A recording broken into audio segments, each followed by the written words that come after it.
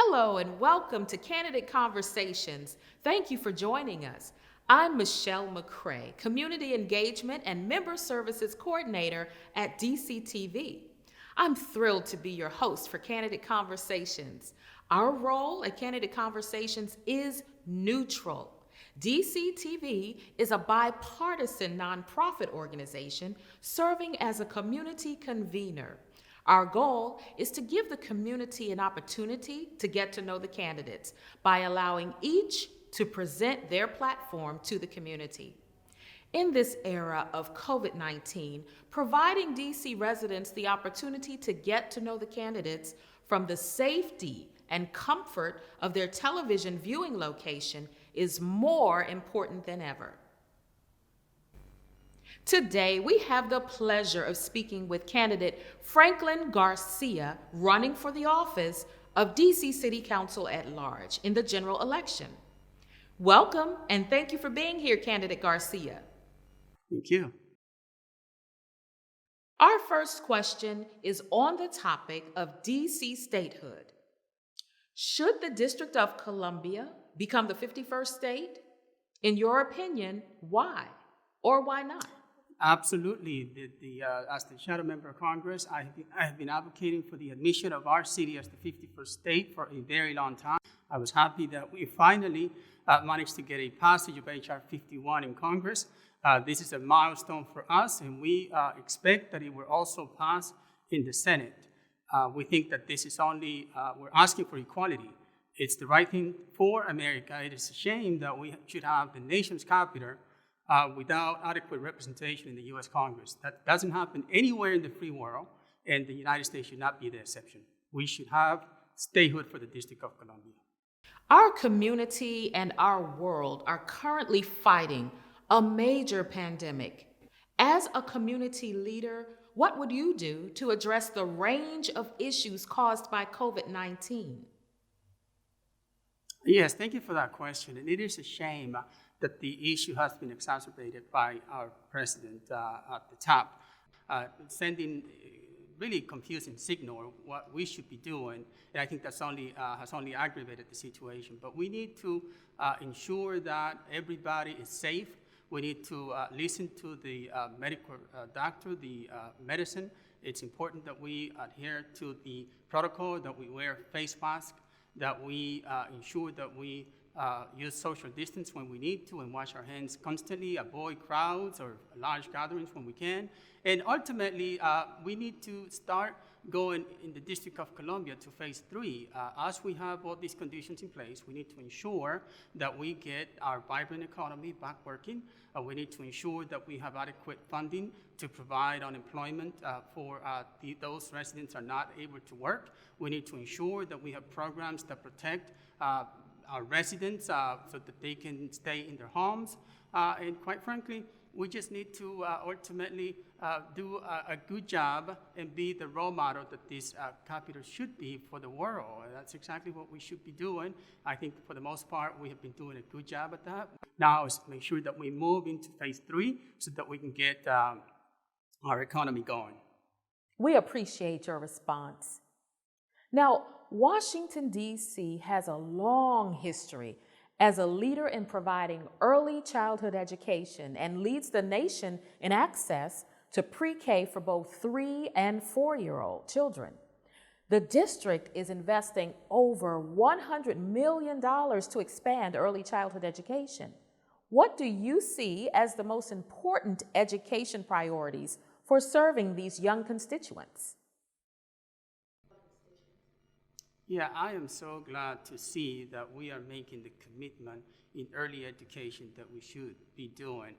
Remember that education starts early. The earlier we can get started, the better it is to produce good citizens. And so how best to do it than to invest in our youngest? So I am very committed to ensuring that we do all we can for our young residents and that we provide to them all the resources they need to grow into good citizens and law-abiding good citizens overall. So I am fully committed to ensuring that we fund adequately every program for our youngest in our city, and that's exactly what I'll be fighting for when I am elected to the city council. Now, candidate Garcia, in these last few moments we have left, tell us what additional information would you like for Washington, D.C. residents to know about you? Remember, I have been working in many communities. I have visited every 130 plus of our neighborhoods. You know me, I have been in the city for more than 40 years. I graduated GW and American University.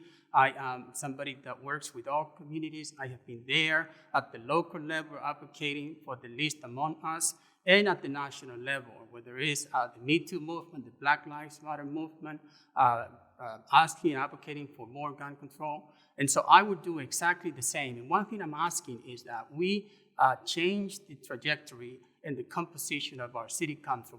For nearly 50 years, we haven't had adequate representation in the city council, and it's about time that changes. I advocate for the recognition of our city as the 51st state precisely because we need representation at the national level. I am asking that we also do the same at the local level. So I ask for your support. I am number 3 on the ballot. FranklinForDC.com is my website, and I thank you so much for listening to me today. Well, candidate Garcia, that's all the time we have for now. We've enjoyed speaking with you. All the best to you in the coming general election. Thank you.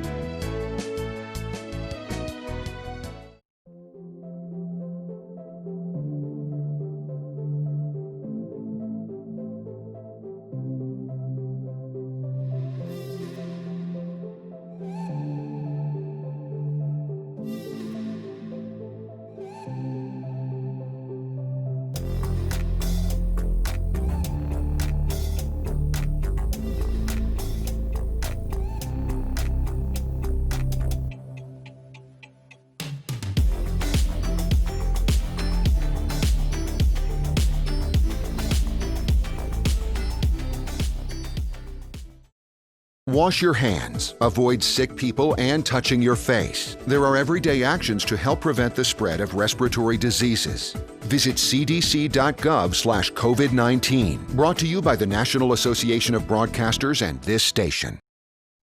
Welcome back. You're watching Candidate Conversations on DCTV. Today, we have the pleasure of speaking with candidate Christina Henderson, running for the office of DC Council at Large for the general election.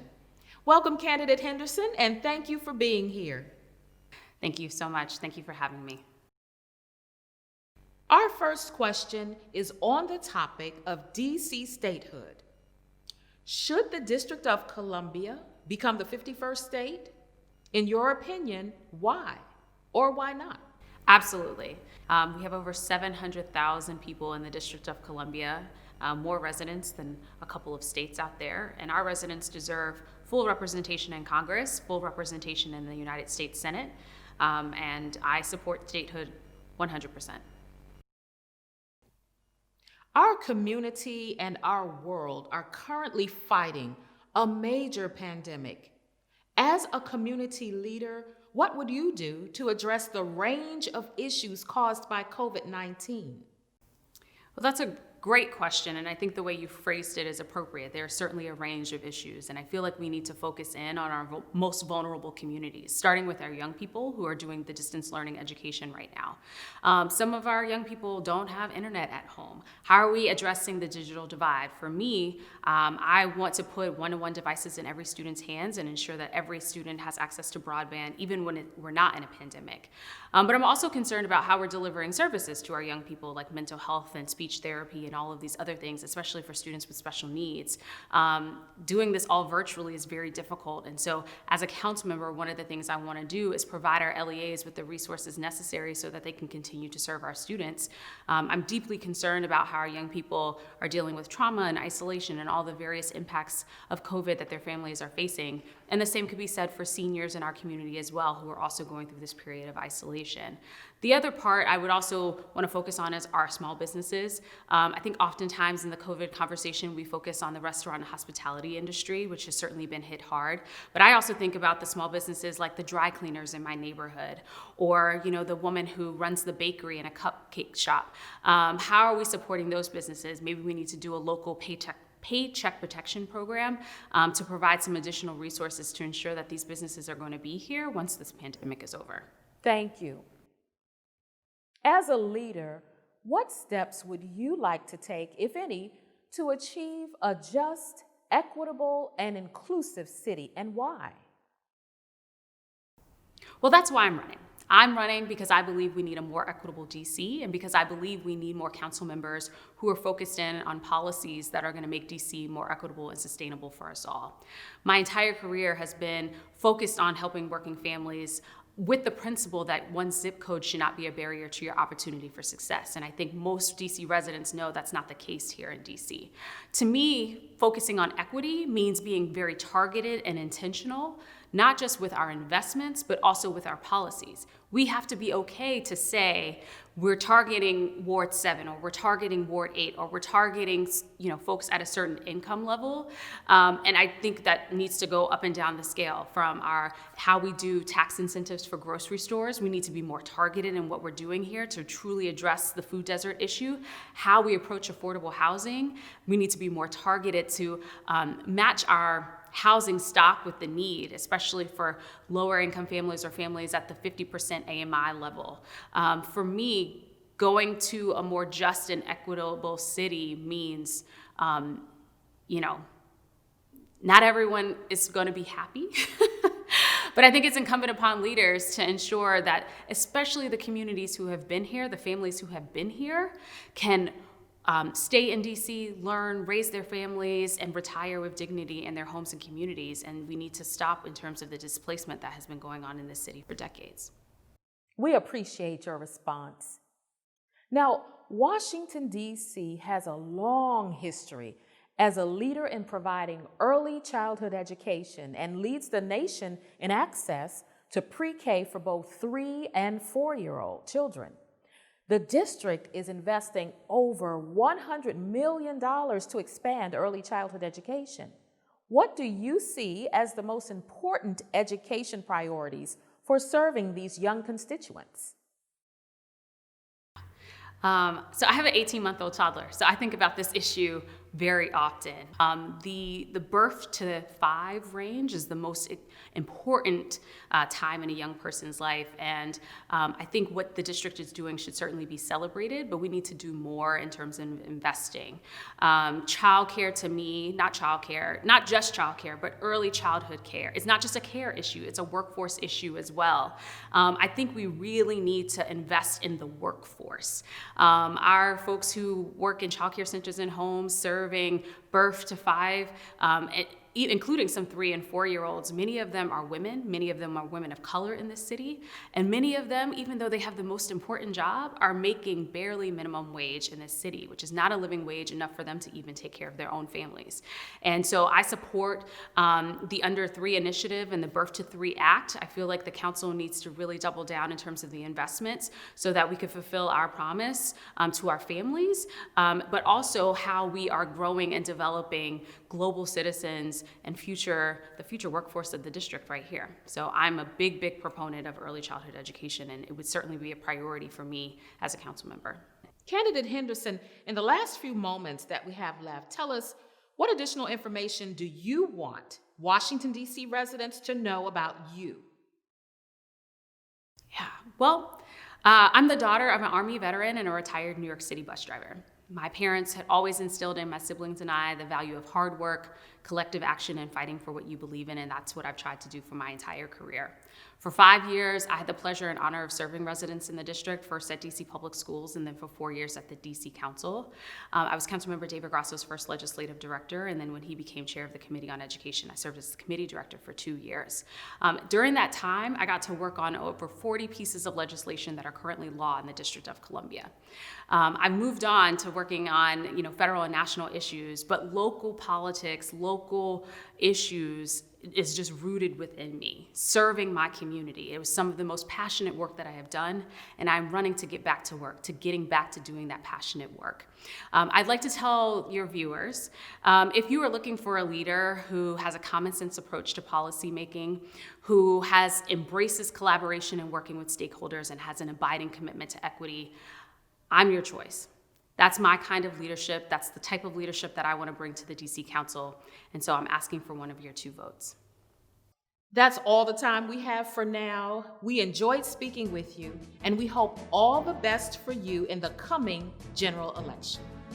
Thank you so much. Thank you for having me.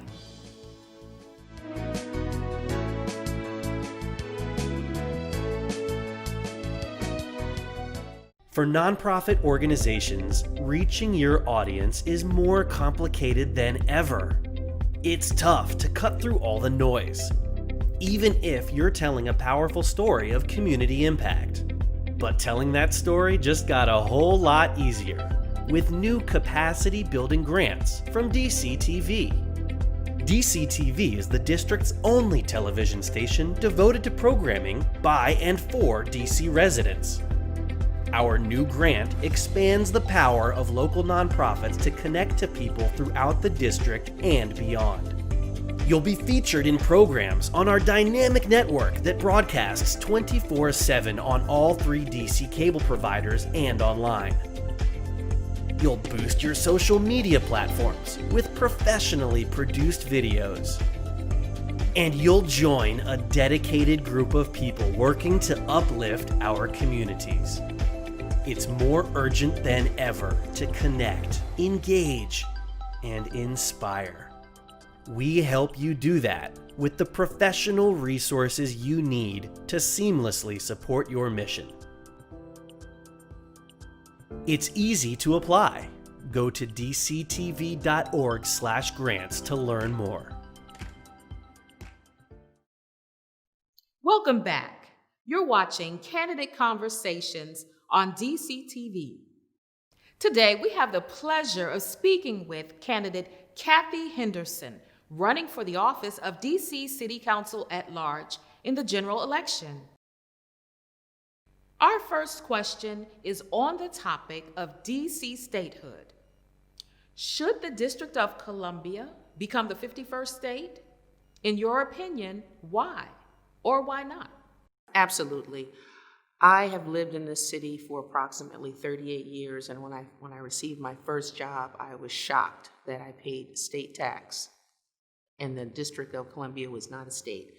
And from that moment on, I was intrigued by how the citizens of the nation's capital could be disenfranchised. So I've worked tirelessly over the years. I was an at-large member of the DC Democratic State Committee, and I chaired the Statehood Committee. I've hosted freedom rallies at Freedom Plaza, Break the Chains rallies. I've done a lot of outreach to talk to citizens over the years to really talk about how our residents are disenfranchised. Though we serve in the military, we pay our taxes, yet we're not getting what other Americans enjoy as their right, and we deserve to be a state. Our community and our world are currently fighting a major pandemic. As a community leader, what would you do to address the range of issues caused by COVID-19? Well, I'm a biologist by training, but first, I just want to share with the viewing public, please be faithful. We'll get through this. This coronavirus is similar to other coronaviruses. We've gotten through worse. We will get through this. We want to make sure that every resident is wearing a mask in public when it's appropriate and generously washing your hands. I can't say that enough. Your skin is a primary barrier, but washing your hands is one of the best prophylactic measures that you can take to stem not only this virus, but illnesses, a broad range of illnesses. Wash your hands, wipe down surfaces, eat well, sleep well, and get more polyphenols in your diet. So just in case you're not familiar with polyphenols, they're the dark, pigment that are in grapes, blueberries, blackberries, Concord grapes. Get them in your system every day. Drink copious amounts of orange juice. And look forward to when the city reopens and how you are going to make a living. And certainly the council, in conjunction with the mayor, needs to make sure that our city reopens safely so that we can put our residents back to work and rebuild our economy and our budget.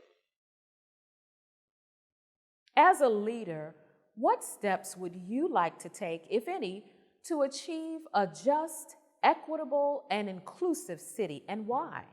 That's a great question. I don't think that the DC Office of Human Rights is doing enough to really address inequity in our city, and that agency needs to be revamped. And if I'm elected, one of the first things I want to do is to work with the DC Auditor's Office to make sure that our district government agencies are working fairly and equitably and offering opportunity and services to all. For example, the Department of Public Works. If you live in Spring Valley, the Department of Public Works representatives, they introduce themselves, to the neighbors. If you live in other parts of the city, you may not get your trash picked up. That's an inequity that we certainly have the power to fix and to fix quickly. So I want to make sure all of our agencies are performing as they should be, and that every resident in the District of Columbia is getting the services that she or he richly deserves. Now, Washington, D.C. has a long history as a leader in providing early childhood education and leads the nation in access to pre-K for both 3- and 4-year-old children. The district is investing over $100 million to expand early childhood education. What do you see as the most important education priorities for serving these young constituents? I'm really proud of the leadership that has put us in the forefront of our nation and getting our children ready to be tomorrow's future and helping our young people. There's a lot of research that shows that children have the cognitive abilities to learn and to learn early. And certainly the legislation that we've passed and the resources that we've invested, it's paying off. And we want to make sure that not only our pre-K through third graders are reading well, we want to make sure that all of our students are reading well. We want to make sure that we build on the success. There are some students that have been left behind. There are some of our adults that have been left behind. And one of the things I really feel passionately about is making sure that all of our residents can read, because when everyone has strong reading skills, everyone benefits. So I want to see that early success with our leading the nation in making sure that our babies are ready. We want to make sure our babies are ready, our elementary school children are ready, our middle school children are ready, our high school and our college students are ready, reading, and capable to lead. Candidate Henderson, in the last few moments that we have left, tell us, what additional information do you want Washington, D.C. residents to know about you? I'm a 20-year effective advisory neighborhood commissioner. I've won awards from the U.S. Attorney's Office, the Chief of Police. I've been featured in People Magazine, Essence Magazine for the work that I've done. I come to this race with a track record of delivering for citizens basic infrastructure issues like trees, sidewalks, alleys, streetlights. I voted on economic development that residents actually want. I'm a preservationist. I'm an environmentalist. I've done a lot of work that has promoted a good quality of life for the citizens in my single-member district. I want to build on that record. I'm the only candidate in this race that comes to the public with a track record of having served well. I've won awards, and I want to apply that work ethic to the district council as an at-large member, as your at-large member, and help to get us back on track. We have candidates talking about food deserts and defunding the police and putting people back to work and economic development. But we can't achieve any of those things unless we make sure that every community is safe. We have a professional police department that is serving every ward, and I want to make sure that every citizen in this city feels safe and has a good relationship with the officers that serve and protect. Because we need to keep in mind, if you live in a community that has a food desert, no one wants to come and put a business in a community that is not perceived as safe. So we want to make sure that all of our communities are safe and ready, and I will be fighting to bring opportunities to every corner of this city. And it is my pleasure and honor to be a candidate for your consideration, and I thank you in advance for your support now through November 3rd, and God bless you. Candidate Henderson, that's all the time we have for now, but we certainly thank you for speaking with us today.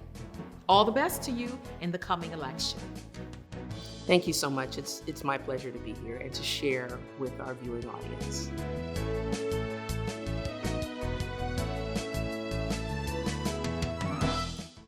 There are everyday actions to help prevent the spread of respiratory diseases. Wash your hands. Avoid close contact with people who are sick. Avoid touching your eyes, nose, and mouth. Stay home when you are sick. Cover your cough or sneeze. Clean and disinfect frequently touched objects with household cleaning spray. For more information, visit cdc.gov/COVID-19. This message brought to you by the National Association of Broadcasters and this station. When I was young, I was plagued by fear and self-pity. Drinking made me care less about my insecurities. My life was in shambles, and I was trying to figure out how to pick up the pieces. At first, I never drank on the job, but eventually I did. Removing alcohol wasn't enough. It left me depressed and lonely. That's where AA offered a solution. The people I met thought like me. For the first time in my life, I felt like I wasn't so crazy. I remember sitting in the AA meeting and thinking, I finally found a place where I belong. I never thought I could have made it through those hard times as the happy person I am today. AA not only keeps me sober, it helps me live a much better life. I found out I can do this thing, one day at a time. I've never been happier in my life. If you have a problem with alcohol, contact AA. It works for me. And for me. And for me. Welcome back. You're watching Candidate Conversations on DCTV. Today, we have the pleasure of speaking with candidate Aisha Howard, running for the office of DC City Council at large in the general election. Our first question is on the topic of DC statehood. Should the District of Columbia become the 51st state? In your opinion, why or why not? That is a tricky question. Personally, I say no, because my home has always been the District of Columbia. But also, I do agree that we do need representation inside of Congress. So in order to receive it, we would have to become a state. So my final answer will be yes, I will support DC becoming a state. Thank you. Our community and our world are currently fighting a major pandemic. As a community leader, what would you do to address the range of issues caused by COVID-19? Well, to be honest with you, I have to applaud Mayor Bowser, on with the work that she's done thus far with the COVID-19. I do agree with Mr. Garcia of the City Council that we need to continue to allow the Health Department and the CDC to guide us with guidelines that we should establish. Now that it's getting cold, I know that the COVID might come resurge. So I would keep what we have in place as for now, and we can find a sure vaccine to help the people. Thank you. As a leader, what steps would you like to take, if any, to achieve a just, equitable, and inclusive city, and why? The steps that I would take to to create a just, equitable city would be to, one, implement a program to help the young adults between the ages of 16 to 25, help them with education, help them find jobs. I would also look into the affordable housing. I know that DC says that there's affordable housing out there with all the new renovations, but I myself personally have not seen any advertisement or anything for affordable housing. And the last thing that I would do is I would continue to work with the senior citizens to make sure that they are well taken care of. We appreciate your response. Now, Washington, D.C. has a long history as a leader in providing early childhood education and leads the nation in access to pre-K for both 3 and 4-year-old children. The district is investing over $100 million to expand early childhood education. What do you see as the most important education priorities for serving these young constituents?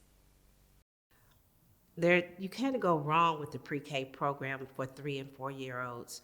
I applaud our city for doing that. I wish they had more slots available because there's a lot of kids that are not able to become a part of that program. I think that the pre-K program is very beneficial to young children because it teaches them the beginning necessities of education. I would continue to work in that program. I would expand it to open it up to have more schools, have it available. I would also see that like daycares that can afford to do a pre-K program, because it not only helps the child, it helps the working parent. Candidate Howard, in the last few moments that we have, tell us what additional information would you like for the Washington, D.C. residents to know about you? D.C., I would want you to know that I would like to be your D.C. candidate at large. Why? Because I love my city. I am a 5th-generation Washingtonian, and I have watched how our city has changed. I want to bring back the employee program where DC businesses hire DC residents and they get a stipend or some type of tax break, because there's too many citizens in DC that are highly educated and well qualified that are being looked over for just basic jobs. Another thing I would like to do is, like with the young adults, is we need to find something to help curb the violence on the streets. And I think the problem with the violence on the streets is that there's just nothing for the kids to do anymore. Everything is either closed or taken away, and we need to focus more attention on that. And the last thing is the homeless problem. Yes, we have resources that go to the homeless community, but by the time the agencies that the money is allocated to, they spend the money in staff, so the money, when it reaches the people, is little to none, and that needs to be readjusted. DC is a great city. I love my city. I'm from this city. I'm a 5th-generation Washingtonian, and it just breaks my heart that a 16 or an 18-year-old cannot afford to live in the city that they grew up in, and we must do something to change this process. Candidate Howard, we certainly enjoyed speaking with you. Thanks for coming on our show, and all the best to you in the coming general election. Thank you. I appreciate you having me here today.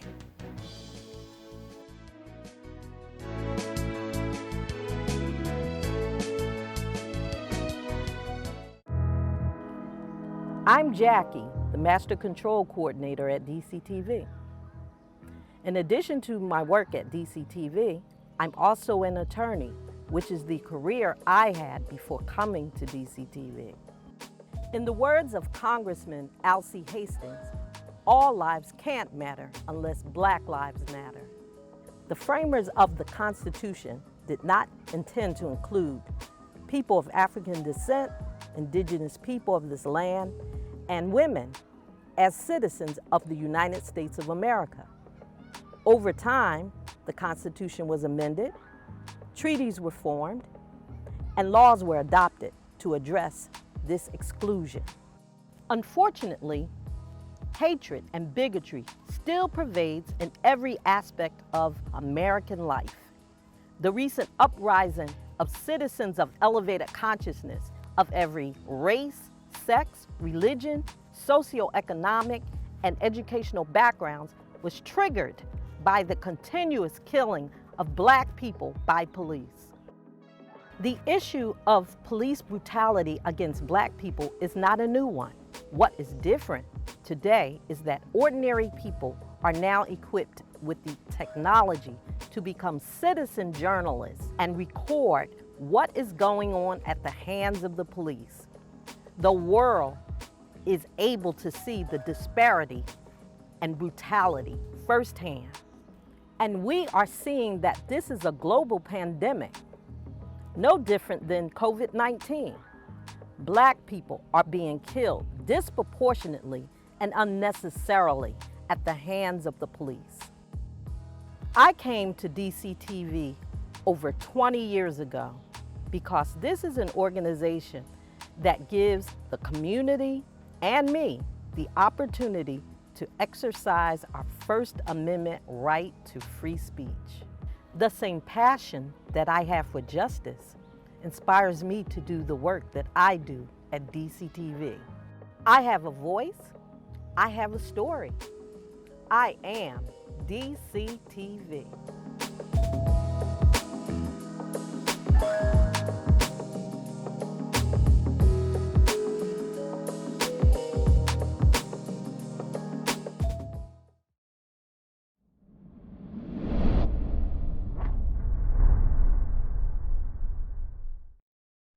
Welcome back. You're watching Candidate Conversations on DCTV. Today, we have the pleasure of speaking with candidate Chandler Jararaman, running for the office of DC Council at Large in the general election.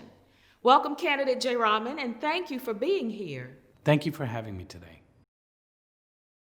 Our first question is on the topic of DC statehood.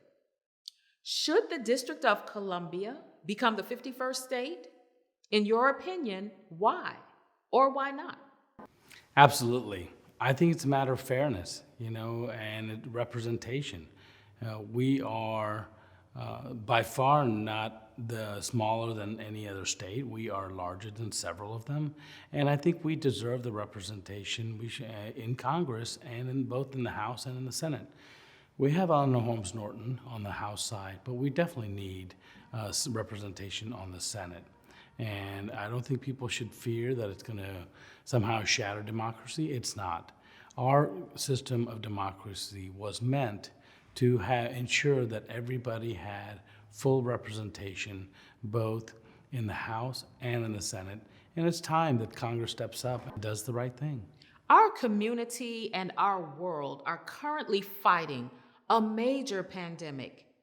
As a community leader, what would you do to address the range of issues caused by COVID-19?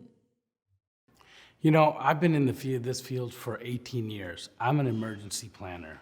So I've been working on disasters and emergencies for long before COVID ever happened.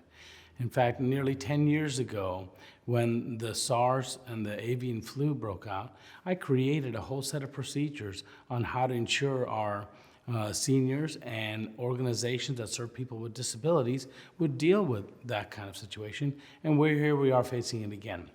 And currently, I help write the pandemic flu plan that we're operating under right now. And I'm working right now as an OSCE certified trainer to make sure our child care centers know what to do, because they are wanting to open up and they are starting to open up, and they call on me to come to them and say, how do I take the regulations that are in place and what CDC puts out, and how do we operationalize that? And I've been doing that. So I have a good idea and a good vision for what reopening of our schools safely look like, or even when the vaccine comes out, how do we make sure, what's the plan for how it's disseminated across our populace to make sure that our most vulnerable residents get it first and provide them with the choice. Thank you. As a leader, what steps would you like to take, if any, to achieve a just, equitable, and inclusive city, and why? I think a lot of this comes down to economic opportunities. When people are left behind for generation after generation, they feel further and further from being included. And that is the case.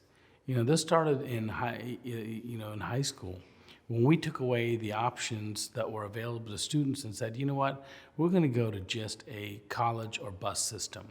And you know what, 70% of our students are busting out. We need to provide alternate pathways. We have Amazon coming in the area. We have Amtrak. We have Airports Authority. We have Metro.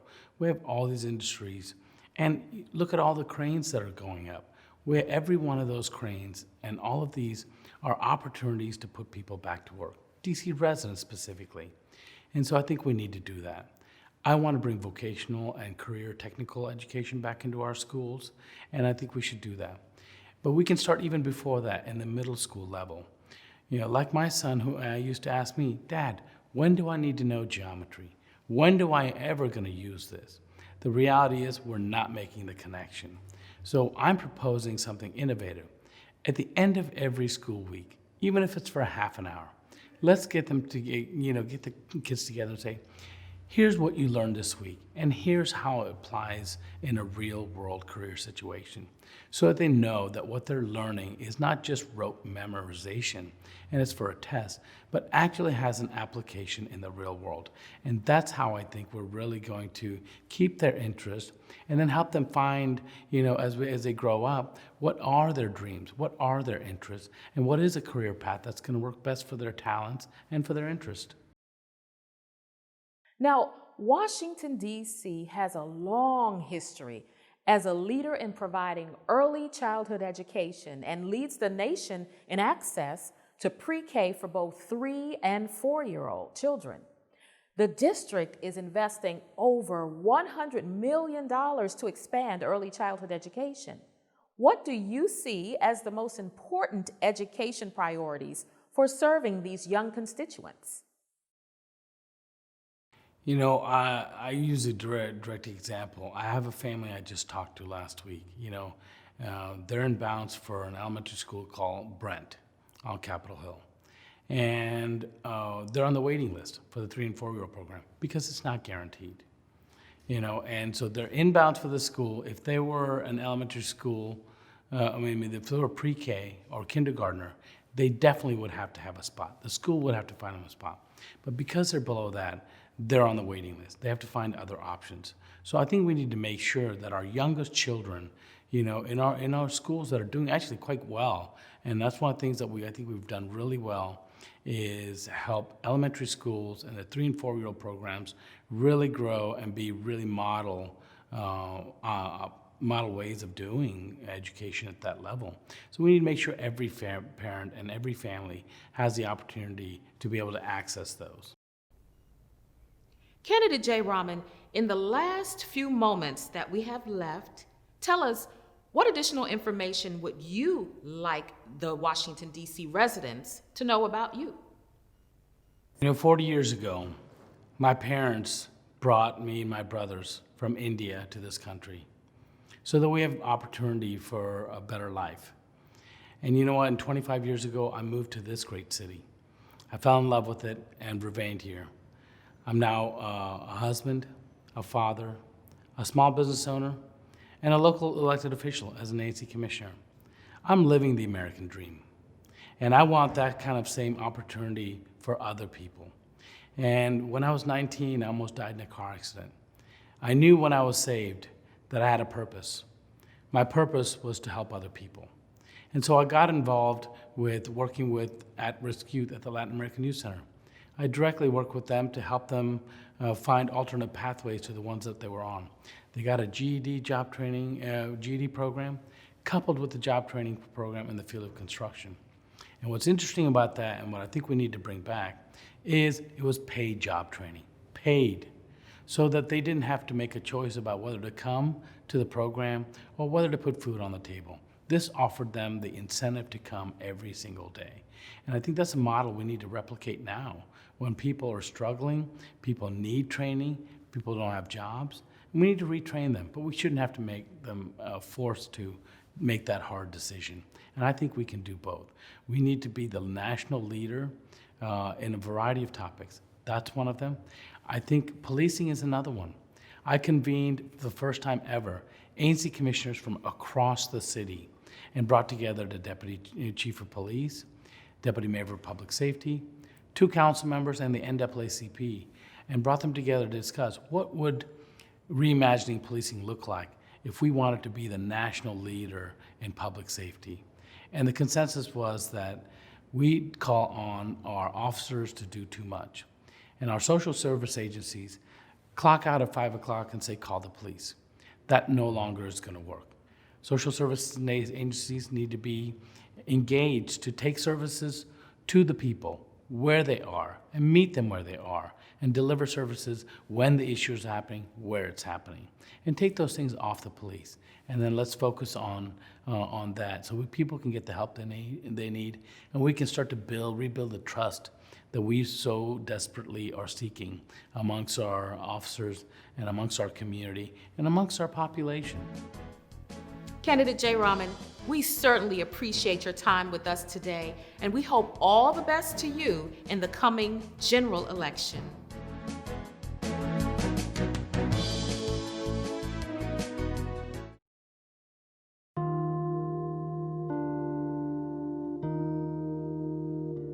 Hello, this is Angela Harris, Vice President of Community Engagement and Programming for DCTV.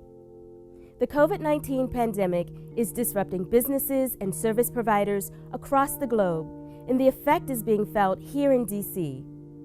We are working diligently to provide for the health and safety of our employees and to do whatever we can to meet the needs of our community stakeholders. As part of our commitment to provide meaningful media to support our communities through this challenging time, we are joining efforts with the Center for Disease Control and the World Health Organization to encourage you to monitor the pandemic situation closely and to follow the guidelines of local and federal officials. We also invite you to engage with DCTV and join us for the wonderful community programs you'll find on our channels that are produced here locally, by, for, and about the city where we live. We wish you and your family excellent health and an easy journey through these challenging times.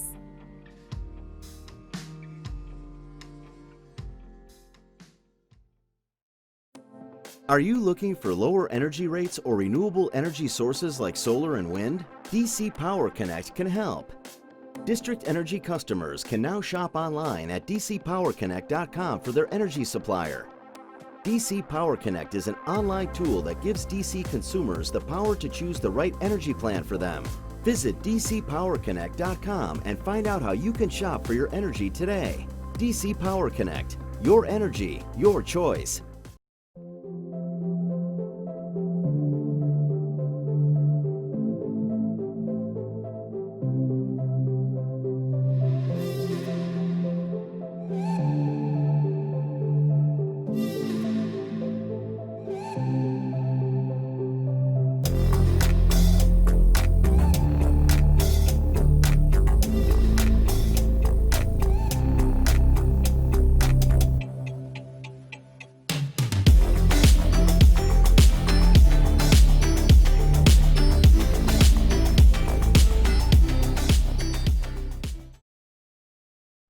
Welcome back. You're watching Candidate Conversations on DCTV. Today we have the pleasure of speaking with candidate Ed Lazier, running for the office of DC Council at Large in the general election. Our first question is on the topic of DC statehood. Should the District of Columbia become the 51st state? In your opinion, why or why not? DC absolutely should become the 51st state. It is a right of every single human being to have a say in their government. And the fact that I have lived my entire adult life in a community where I did not have voting representation in my federal government is an affront to me and 700,000 other DC residents.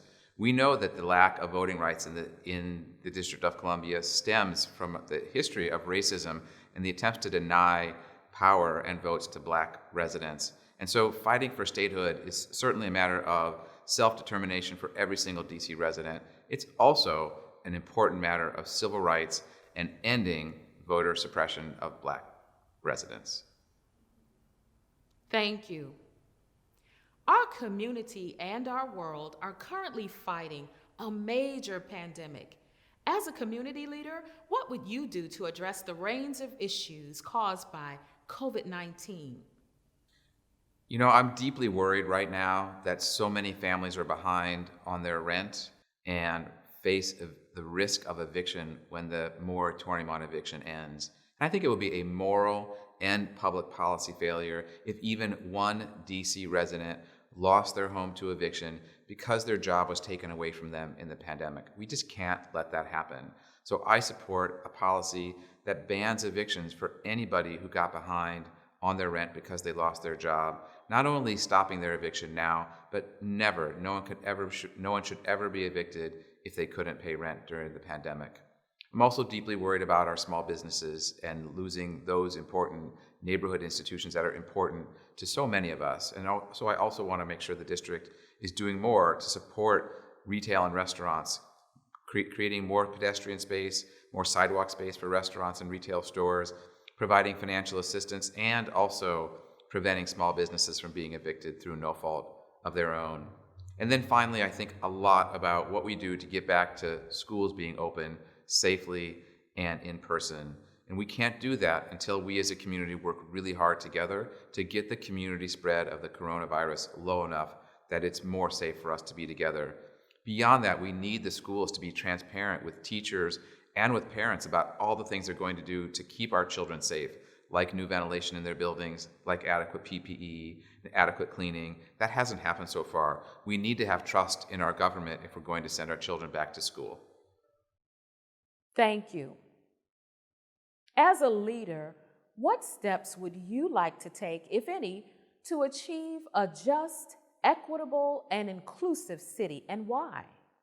You know, I've devoted the last 2 decades of my life to making DC a more just and equitable place. And it was when my 2 sons were just little boys that I made that commitment, that I wanted to make my adopted hometown a better place. So through my work, leading the DC Fiscal Policy Institute, I worked to promote economic and racial justice in the city by highlighting the city's deepest inequities in education, housing, and jobs, and then building relationships and partnerships with people across the city to fight for a fair budget that addresses those issues.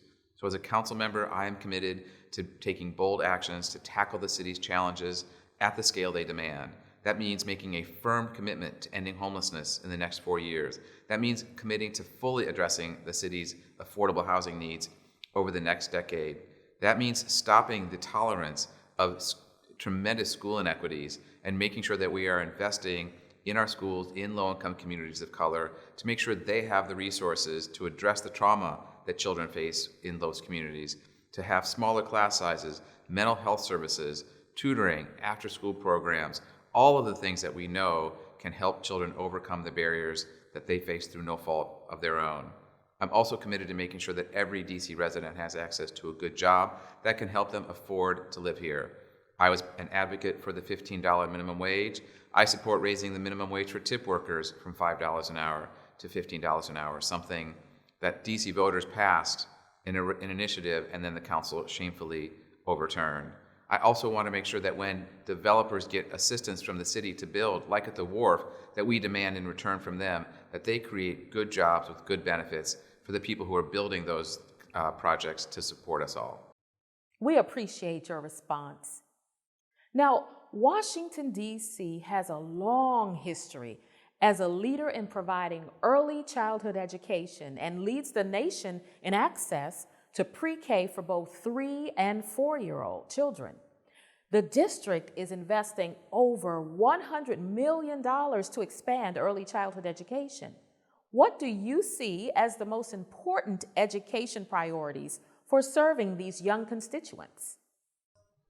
So anyone who has watched an infant take their first step or say their first word understands just how important the period from 0 to 3 is in a child's development and how important it is for us to support that development in a healthy way. I'm proud that I was part of the coalition 2 years ago through my work at the DC Fiscal Policy Institute to pass the Birth to 3 for All in DC Act, and I look forward as a council member to funding it and implementing it. That means providing high-quality early childhood education to every single child in the district, because we know that the inequities we see in our school system start before a child ever puts on that first backpack. It starts with the development as an infant and toddler, and high-quality early childhood education can help overcome that. I support making sure that we are reaching out to families through programs like home visiting to support families with infants and toddlers to make sure that they have the resources they need to be the good parents that they want to be. I want to make sure that we are paying the people who work in our childcare industry enough to make ends meet, and it is shameful that early childhood educators make barely more than minimum wage. We can't expect to serve our infants and toddlers well if we're not paying the people who take care of them well. Those are the issues that are important to me. I want to make sure that we maintain our childcare centers in this pandemic who are struggling right now to make sure that they are there when the pandemic ends and all of us are back to work. Candidate Lazier, in the last few moments we have left, tell us, what additional information would you like Washington, D.C. residents to know about you? So DC has been my home my entire adult life, and everything that's been important to me as an adult has happened here in DC. It's where my wife Suzanne and I got married 30 years ago. We bought our first and only home in Brookland in the 1990s. We had our 2 sons, David and Adam, and raised them through DC public schools. And I've been trying to give back ever since. I've been a PTA leader, a scoutmaster, a foster parent, president of my congregation, and more. And more than 2 decades ago, I decided to devote my career to making DC a better place through the DC Fiscal Policy Institute, an organization that works to make sure the city's resources are invested in the things that matter to all of us, like education, housing, and good health care. And I'm honored that the success I've had as an advocate for the past 2 decades has been recognized by a number of elected officials and progressive organizations, like Attorney General Carl Racine, Council members Alyssa Silverman, Brianne Nadeau, and soon-to-be Council member Janice Lewis-George, as well as a range of progressive organizations like labor unions like the AFL-CIO, the Sierra Club, and social justice organizations like the Working Families Party. I'm excited to be your next council member and look forward to your vote.